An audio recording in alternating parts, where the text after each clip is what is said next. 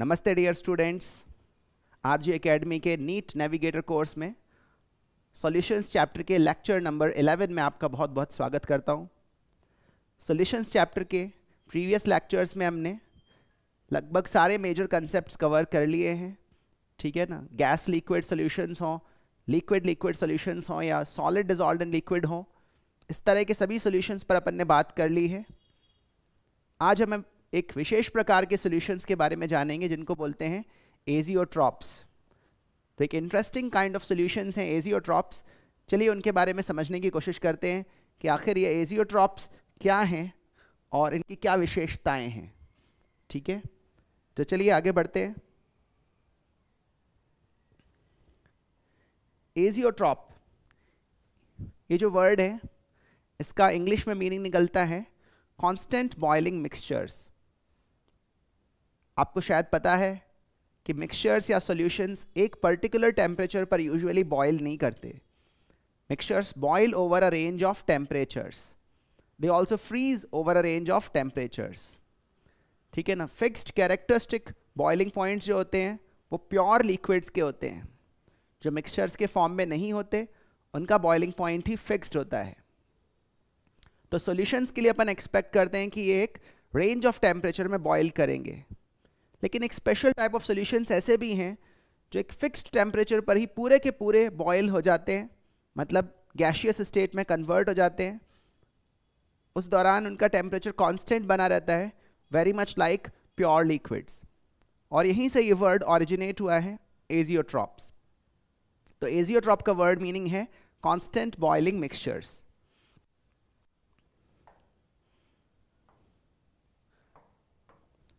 तो जैसा मैंने अभी आपको समझाया, एजियोट्रॉपिक मिक्सचर्स और azeotropes have a fixed characteristic boiling point just like pure liquids.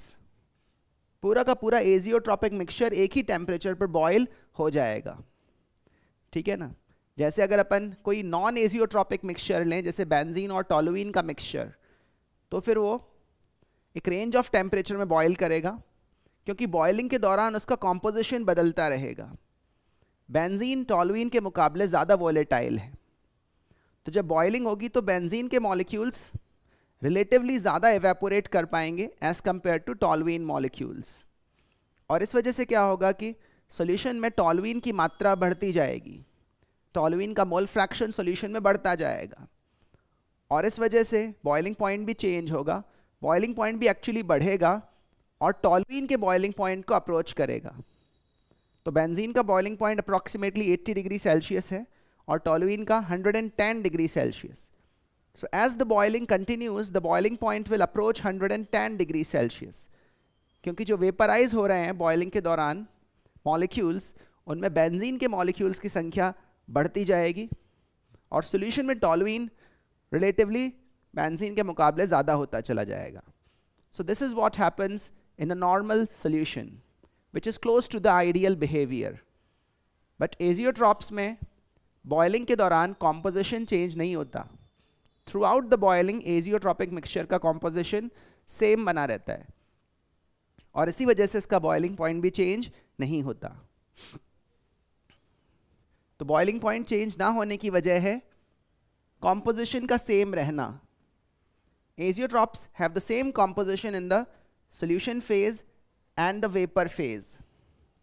जिस मोल रेशियो में A और B components solution के अंदर हैं, उसी मोल रेशियो में A और B components vapor phase में हैं। तो इसका नतीजा ये निकलेगा कि evaporation होता रहेगा, लेकिन solution की composition change नहीं होगी।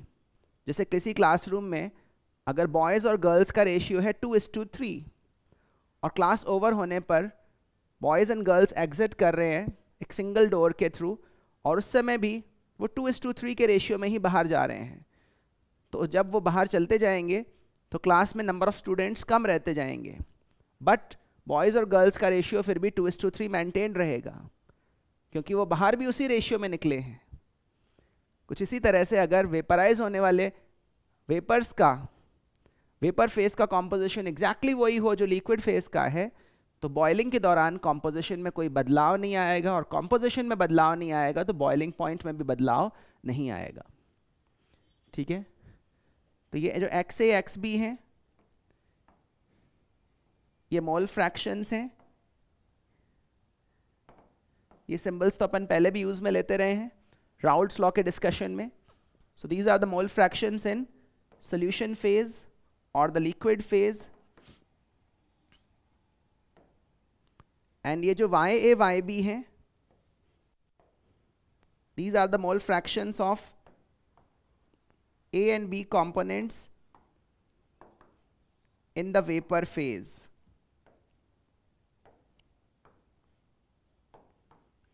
लेकिन ये दोनों मोल फ्रैक्शंस इक्वल दिख रहे हैं, YA equals XA, YB equals XB, and that is why the composition is not changing during the course of boiling, and that is why the boiling point is also not changing. और इसका एक और significant implication ये निकलेगा कि azeotropic mixture के components को आप डिस्टिलेशन के ज़रिए सेपरेट नहीं कर पाओगे। डिस्टिलेशन नाम की जो सेपरेशन टेक्निक है उसका जो बेसिस है, जो आधार है, वो यही है कि वेपर फेज जो होती है that becomes richer and richer and richer in the more volatile component. As the boiling continues the vapour phase gets richer in the more volatile component. लेकिन यहाँ पर क्योंकि वेपर फेज का कॉम्पोजिशन एग्जैक्टली सॉल्यूशन फेज के जैसा ही है, इसलिए कोई सेपरेशन हो ही नहीं रहा है। जो वेपर फेज है वो एग्जैक्टली सॉल्यूशन फेज जैसा कॉम्पोजिशन रख रही है, तो आप ऐसा नहीं बोल सकते कि वेपर फेज में जाकर A और B में कुछ सेपरेशन क्रिएट हुआ है। ठीक है, तो इस वजह से यहाँ पर डिस्टिलेशन नाम की प्रोसेस वर्क नहीं करेगी। तो एजियोट्रॉपिक मिक्सचर के कंपोनेंट्स को सेपरेट करने के लिए दूसरी टेक्निक्स यूज में लेनी पड़ेंगी। डिस्टिलेशन या फ्रैक्शनल डिस्टिलेशन यहाँ पर वर्क करने वाला नहीं है। ठीक है, यहाँ पर फ्रैक्शनल डिस्टिलेशन की प्रोसेस को थोड़ा सा डिस्कस किया है मैंने। अभी तक हमने एजियोट्रॉप्स के बारे में क्या जाना, वो 2-3 बातें रिकॉल कर लीजिए। पहली बात, इनका बॉइलिंग पॉइंट फिक्स्ड है, कांस्टेंट है, जस्ट लाइक प्योर लिक्विड्स। दूसरी बात, इनके वेपर फेज और सॉल्यूशन फेज का कॉम्पोजिशन सेम रहता है। और तीसरी बात, एजियोट्रॉपिक मिक्सचर के कंपोनेंट्स को डिस्टिलेशन के द्वारा सेपरेट नहीं किया जा सकता। अब ये फ्रैक्शनल डिस्टिलेशन क्या होता है, इसको एक सिंपल स्कीमेटिक डायग्राम से समझ लेते हैं। जो पेट्रोलियम रिफाइनरीज होती हैं, अगर आप कभी विजिट करें या आपने कभी देखी हो, तो इनमें टॉल चैम्बर्स होते हैं। Apart from number of pipes and tanks, tall chambers होते हैं वहाँ पर। और वो टॉल चैम्बर्स ही वो जगह है जहाँ पर क्रूड ऑयल या पेट्रोलियम के डिफरेंट कंपोनेंट्स को सेपरेट किया जाता है। ठीक है ना, डिफरेंट लिक्विड्स वहाँ से सेपरेट करके यूज में लिए जाते हैं। तो इस फ्रैक्शनल डिस्टिलेशन या उस डिस्टिलेशन कॉलम में बहुत सारे स्फेरिकल बीड्स भरे रहते हैं।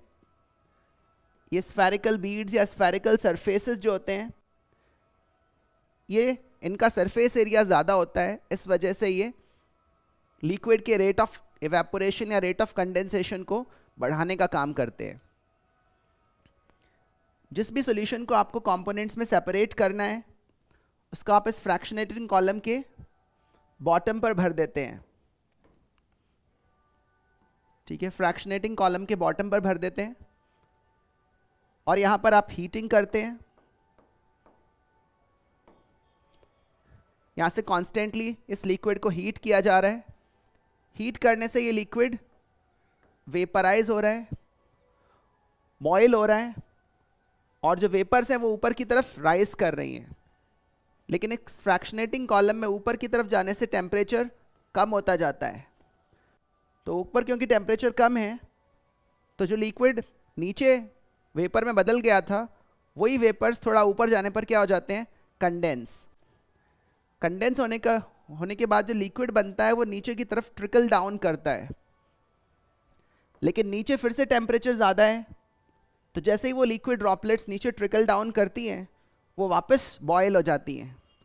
तो इस तरह से यहाँ पर लिक्विड की मल्टीपल टाइम्स बॉइलिंग होती है और मल्टीपल टाइम्स वो लिक्विड वापस कंडेंस होता है। मल्टीपल टाइम्स बॉइलिंग होती है और मल्टीपल टाइम्स जो वेपर्स बनते हैं वो कंडेंस होते हैं। और हर बार जब लिक्विड वापस बॉयल होता है ना, तो उसमें जो मोर वोलेटाइल कंपोनेंट है उसका अमाउंट बढ़ जाता है। याद रखना, वेपर फेज में हमेशा मोर वोलेटाइल कंपोनेंट का मोल फ्रैक्शन ज़्यादा रहता है as compare to the solution phase. तो इस तरह से जब बार बार बॉइलिंग होती है, बार बार कंडेंसेशन होता है, फिर बॉइलिंग होती है, फिर कंडेंसेशन होता है, तो हर बार जो लिक्विड हमें ऑब्टेन होता है कंडेंसेशन के बाद, उसमें मोर वोलेटाइल लिक्विड का अमाउंट बढ़ चुका होता है। और ऐसा होते होते होते सबसे ऊपर जाकर हमें जो लिक्विड ऑब्टेन होता है ना, वो सबसे वोलेटाइल लिक्विड होता है। सबसे वोलेटाइल मतलब जिसका बॉइलिंग पॉइंट सबसे कम है। तो फ्रैक्शनल डिस्टिलेशन की प्रोसेस में अलग अलग लेवल्स पर अलग अलग लिक्विड्स कलेक्ट होते हैं corresponding to their own boiling points.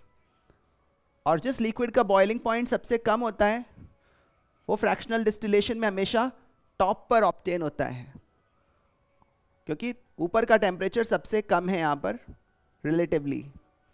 और जिस लिक्विड का बॉइलिंग पॉइंट सबसे ज़्यादा होता है वो अल्टीमेटली बॉटम पर कलेक्ट होता है। तो highest boiling component is collected at the bottom. यहाँ जो डिस्टिलेशन दिखाया गया है वो तो बहुत ही सिंपल है। उसमें सिर्फ 2 लिक्विड्स को सेपरेट करना है, मतलब एक बाइनरी सॉल्यूशन को उसके कंपोनेंट्स में ब्रेक करना है। और वो मिक्सचर है बेंजीन और टॉलुइन का। जैसा मैं थोड़ी देर पहले डिस्कस कर रहा था, बेंजीन ज़्यादा वोलेटाइल है और टॉलुइन कम वोलेटाइल है। जब बेंजीन और टॉलुइन का एक मिक्सचर लेकर आप बॉइलिंग करते हो, तो हर बार जब बॉइलिंग होती है तो वेपर फेज में बेंजीन का मोल फ्रैक्शन और थोड़ा बढ़ जाता है और थोड़ा बढ़ जाता है। तो हर बार बॉयल होने पर वेपर्स में बेंजीन का मोल फ्रैक्शन बढ़ता चला जाता है। और फाइनली जो वेपर सबसे ऊपर तक राइज करते हैं और सबसे ऊपर जाकर कंडेंस होते हैं, ठीक है ना, इन वेपर्स में ऑलमोस्ट प्योर बेंजीन ऑब्टेन होता है। तो इस तरह से हम मिक्सचर्स को डिस्टिलेशन के जरिए सेपरेट कर पाते हैं। लेकिन वहीं पर अगर यहाँ पर हम एक एजियोट्रॉपिक मिक्सचर लेकर चलें, तो एजियोट्रॉपिक मिक्सचर में वेपर फेज के मोल फ्रैक्शंस एग्जैक्टली वही मिलते हैं जो सॉल्यूशन फेज के हैं। इस वजह से एजियोट्रॉपिक मिक्सचर को बॉयल करने पर लिक्विड्स का कोई सेपरेशन हम नहीं करवा पाएंगे। कहने का मतलब वहाँ पर फ्रैक्शनल डिस्टिलेशन की टेक्निक फेल हो जाएगी।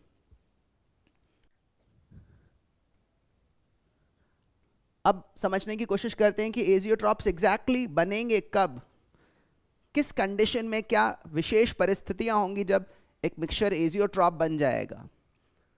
तो पहली बात तो ये है कि एजियोट्रॉप आइडियल सॉल्यूशंस नहीं है। ये आइडियल या नियरली आइडियल बिहेवियर शो करने वाले सॉल्यूशंस में नहीं बनते। एजियोट्रॉप्स कुछ नॉन आइडियल सॉल्यूशंस में ही बनते हैं, ठीक है ना। ये उन्हीं नॉन आइडियल सॉल्यूशंस में बनते हैं जो लार्ज पॉजिटिव या लार्ज नेगेटिव डिविएशन शो कर रहे हों राउल्ट्स लॉ से। दूसरी बात ये कि एक स्पेसिफिक कॉम्पोजिशन पर ही बनते हैं। लार्ज पॉजिटिव या लार्ज नेगेटिव डिविएशन शो करने वाले नॉन आइडियल सॉल्यूशंस में एक पर्टिकुलर कॉम्पोजिशन पर बनते हैं एजियोट्रॉप्स, ठीक है ना। लार्ज पॉजिटिव डिविएशन शो करने वाले सॉल्यूशंस में बनते हैं मिनिमम बॉइलिंग एजियोट्रॉप्स, और लार्ज नेगेटिव डिविएशन शो करने वाले सॉल्यूशंस में बनते हैं मैक्सिमम बॉइलिंग एजियोट्रॉप्स। इनका ये ही नाम क्यों पड़ा है ये भी अभी समझ में आएगा। चलिए इनके बारे में कुछ बात करते हैं। पहले मिनिमम बॉइलिंग एजियोट्रॉप्स, जैसा मैंने अभी आपको कहा, they are formed in solutions showing large positive deviations from Raoult's law corresponding to the vapor pressure maxima। याद करो हमने वेपर प्रेशर के ग्राफ्स स्टडी किए थे, आइडियल सॉल्यूशन के लिए भी, पॉजिटिवली डिविएट करने वाले और नेगेटिवली डिविएट करने वाले नॉन आइडियल सॉल्यूशंस के लिए भी। तो याद करो पॉजिटिव डिविएशन वाले केस में ग्राफ कैसा आ रहा था, वेपर प्रेशर का ग्राफ जो आइडियल सॉल्यूशन वाला ग्राफ है उसके ऊपर जा रहा था, ठीक है ना। और मिडिल रेंजेस में थोड़ा डिविएशन ज़्यादा था, एक्सट्रीम्स पर डिविएशन कम था, कुछ इस तरह का ग्राफ था। उसी तरह के ग्राफ्स में अगर एक मैक्सिमा आ जाए वेपर प्रेशर का, क्या आ जाए? मैक्सिमा। तो उस मैक्सिमा वाले पॉइंट पर सॉल्यूशन का वेपर प्रेशर सारी कॉम्पोजिशंस में सबसे ज़्यादा होगा, और जिस कॉम्पोजिशन पर सॉल्यूशन का वेपर प्रेशर सारी कॉम्पोजिशंस में सबसे ज़्यादा होता है, उसी कॉम्पोजिशन पर सॉल्यूशन का बॉइलिंग पॉइंट सबसे कम होता है। जितना ज़्यादा वेपर प्रेशर होगा एक पर्टिकुलर टेम्परेचर पर, उतना ही उस लिक्विड का बॉइलिंग पॉइंट कम होगा। तो अगर ग्राफ में वेपर प्रेशर का एक मैक्सिमा आ रहा है, तो उस मैक्सिमा वाले पॉइंट के कोरेस्पॉन्डिंग जो सॉल्यूशन बनेगा उसका बॉइलिंग पॉइंट सारी कॉम्पोजिशंस में सबसे कम होगा, और वही पर्टिकुलर सॉल्यूशन कहलाता है मिनिमम बॉइलिंग एजियोट्रॉप। ठीक है ना? तो मिनिमम बॉइलिंग एजियोट्रॉप हमेशा वेपर प्रेशर के मैक्सिमा पर बनता है। एनसीईआरटी टेक्स्ट बुक का ही एग्जाम्पल अगर अपन कोट करना चाहें तो इथेनॉल और वाटर का मिक्सचर जिसमें 95% इथेनॉल हो बाय वॉल्यूम, मतलब 5% बाय वॉल्यूम वाटर हो, वो एक मिनिमम बॉइलिंग एजियोट्रॉप है। मतलब 95 ml ethanol and 5 ml water अगर प्रेजेंट है एक मिक्सचर में, तो वो एक मिनिमम बॉइलिंग एजियोट्रॉप की तरह है। इथेनॉल का normal boiling point around 78 degree Celsius है। वाटर का नॉर्मल बॉइलिंग पॉइंट हम सब जानते हैं 100 डिग्री सेल्सियस है। लेकिन यहाँ पर जो एजियोट्रॉप बनेगा उसका बॉइलिंग पॉइंट इन दोनों से ही कम है। वाटर से तो कम है ही, इथेनॉल से भी कम है, इनफैक्ट सारी कॉम्पोजिशंस में सबसे कम है। इसीलिए इस पर्टिकुलर वेपर प्रेशर मैक्सिमा पर बनने वाले सॉल्यूशन को अपन बोल रहे हैं मिनिमम बॉइलिंग एजियोट्रॉप। और क्योंकि इसका बॉइलिंग पॉइंट सारी कॉम्पोजिशंस में सबसे कम है, तो इस वजह से डिस्टिलेशन के दौरान ये एजियोट्रॉप हमेशा टॉप ऑफ द कॉलम मिलेगा। अगर आप इथेनॉल और वाटर का कोई भी मिक्सचर लेकर डिस्टिलेशन करोगे तो एजियोट्रॉप आपको टॉप ऑफ द कॉलम पर जाकर मिलेगा। और फिर एजियोट्रॉप से आप प्योर लिक्विड्स का फर्दर सेपरेशन नहीं कर पाओगे। इसी बात को दिखा रहा है ये एक स्कीमेटिक ग्राफ। वही अपना vapour pressure versus mole fraction वाला ग्राफ है ये। ये डैश्ड लाइन यहाँ पर स्ट्रेट लाइन आइडियल सॉल्यूशन के सिनेरियो को दर्शा रही है। ये वाली स्ट्रेट लाइन तो तब मिलती जब वाटर और इथेनॉल का मिक्सचर एक आइडियल सॉल्यूशन होता, लेकिन अभी तो ये सिग्निफिकेंट पॉजिटिव डिविएशन शो कर रहा है और इसमें आ रहा है एक वेपर प्रेशर मैक्सिमा। और जैसा कि मैंने कहा था इस वेपर प्रेशर मैक्सिमा पर ही बॉइलिंग पॉइंट सारी कॉम्पोजिशंस में सबसे कम होगा, क्योंकि जहां पर वेपर प्रेशर मैक्सिमम है, ठंडे दिमाग से सोचो, उसी सॉल्यूशन को जब अपन हीट करते जाएंगे तो वही सबसे पहले 1 एटमॉस्फेयर या एक्सटर्नल प्रेशर के बराबर पहुंच पाएगा। बाकी सारी कॉम्पोजिशंस का वेपर प्रेशर तो कम है ना, तो यही वाला कॉम्पोजिशन लेकर अगर आप हीटिंग करोगे तो यही 1 एटमॉस्फेयर एक्सटर्नल प्रेशर की बराबरी सबसे पहले करेगा, मतलब सबसे लो टेम्परेचर पर बॉयल होगा और इसी कॉम्पोजिशन पे बनेगा मिनिमम बॉइलिंग एजियोट्रॉप। ठीक है ना? आप किसी भी कॉम्पोजिशन की डिस्टिलेशन करो, अल्टीमेटली आप इस एजियोट्रॉपिक कॉम्पोजिशन पर आकर स्टक हो जाओगे और फिर फर्दर सेपरेशन नहीं हो पाएगा। कुछ इसी तरह की कहानी, इनफैक्ट इसकी ऑपोजिट स्टोरी है मैक्सिमम बॉइलिंग एजियोट्रॉप्स की, पर आप इजीली समझ पाएंगे अगर आपको मिनिमम बॉइलिंग एजियोट्रॉप वाले पॉइंट समझ में आए हैं। तो मैक्सिमम बॉइलिंग एजियोट्रॉप्स तब बनेंगे जब आपका solution large negative deviation show करेगा, इतना लार्ज नेगेटिव डिविएशन कि उस ग्राफ में आएगा एक वेपर प्रेशर का मिनिमा, और जहां पर वेपर प्रेशर है मिनिमम उसी कॉम्पोजिशन का बॉइलिंग पॉइंट है मैक्सिमम। मतलब सारी कॉम्पोजिशंस में सबसे ज़्यादा बॉइलिंग पॉइंट होगा वेपर प्रेशर मिनिमा पर। और ऐसा अगर आपने सॉल्यूशन लिया तो उसका बॉइलिंग पॉइंट सबसे ज़्यादा है। ठीक है, फ्रैक्शनल डिस्टिलेशन के दौरान ऐसा सॉल्यूशन आपको बॉटम पर मिलेगा, बॉटम पर सबसे लोएस्ट कंपोनेंट जो आपको मिलेगा वो यही होगा मैक्सिमम बॉइलिंग एजियोट्रॉप। और एक बार ये मिल गया तो आप फर्दर इसका सेपरेशन प्योर लिक्विड्स में नहीं कर पाएंगे। ठीक है, तो मैक्सिमम बॉइलिंग एजियोट्रॉप्स के लिए याद रखें कि ये negative deviation, in fact large negative deviation show करने वाले सॉल्यूशंस में बनते हैं। और कौन सी कॉम्पोजिशन में बनते हैं? उस कॉम्पोजिशन पर जहां पर वेपर प्रेशर हो जाता है minimum. Again to quote an example of NCERT text book, nitric acid और वाटर का मिक्सचर, नाइट्रिक एसिड और वाटर दोनों ही रूम टेम्परेचर पर लिक्विड्स हैं। ठीक है, ये हैं दोनों के normal boiling points. Nitric acid का बॉइलिंग पॉइंट कम है, वाटर का ज़्यादा है, लेकिन मैक्सिमम बॉइलिंग एजियोट्रॉप का वाटर से भी ज़्यादा है। और ये बनता है 68% nitric acid and 32% water by mass लेने पर। मतलब 100 ग्राम सॉल्यूशन में अगर 68 ग्राम नाइट्रिक एसिड है और 32 ग्राम वाटर है, तब जो कॉम्पोजिशन आपको मिली है वो एक मैक्सिमम बॉइलिंग एजियोट्रॉप की है। और अगर आप इसी कॉम्पोजिशन का सॉल्यूशन बना लेते हो और डिस्टिलेशन करते हो तो कोई सेपरेशन होने वाला नहीं है। देखिए ये वाला जो मिक्सचर है, it will boil at 120.5 degree Celsius. पूरा का पूरा एजियोट्रॉप 120.5 डिग्री सेल्सियस पर बॉयल हो जाएगा जो कि इन दोनों बॉइलिंग पॉइंट से ज़्यादा है। तो एजियोट्रॉप एक प्योर लिक्विड की तरह बिहेव करता है इन टर्म्स ऑफ बॉइलिंग। और इसका इलस्ट्रेशन करने के लिए हमने ये ग्राफ दिखाया है। P नॉट ऑफ HNO3 ज़्यादा है क्योंकि वो ज़्यादा वोलेटाइल है, P नॉट ऑफ H2O कम है क्योंकि वो कम वोलेटाइल है। लेकिन यहाँ जो मिनिमा वाला पॉइंट है उसका वेपर प्रेशर तो सबसे ही कम है, और इसको ही एक्सटर्नल प्रेशर तक पहुँचाने के लिए सबसे ज़्यादा टेम्परेचर की रिक्वायरमेंट होगी। मतलब ये सॉल्यूशन सबसे हाई टेम्परेचर पर जाकर बॉयल करेगा। इसी कॉम्पोजिशन पर बनेगा मैक्सिमम बॉइलिंग एजियोट्रॉप। आप ध्यान रख सकते हैं इसका बॉइलिंग पॉइंट 120.5 डिग्री सेल्सियस आएगा। अगर आप कोई और कॉम्पोजिशन लेकर डिस्टिलेशन करते हो तो आप एजियोट्रॉप पे आकर स्टक हो जाओगे। ठीक है ना।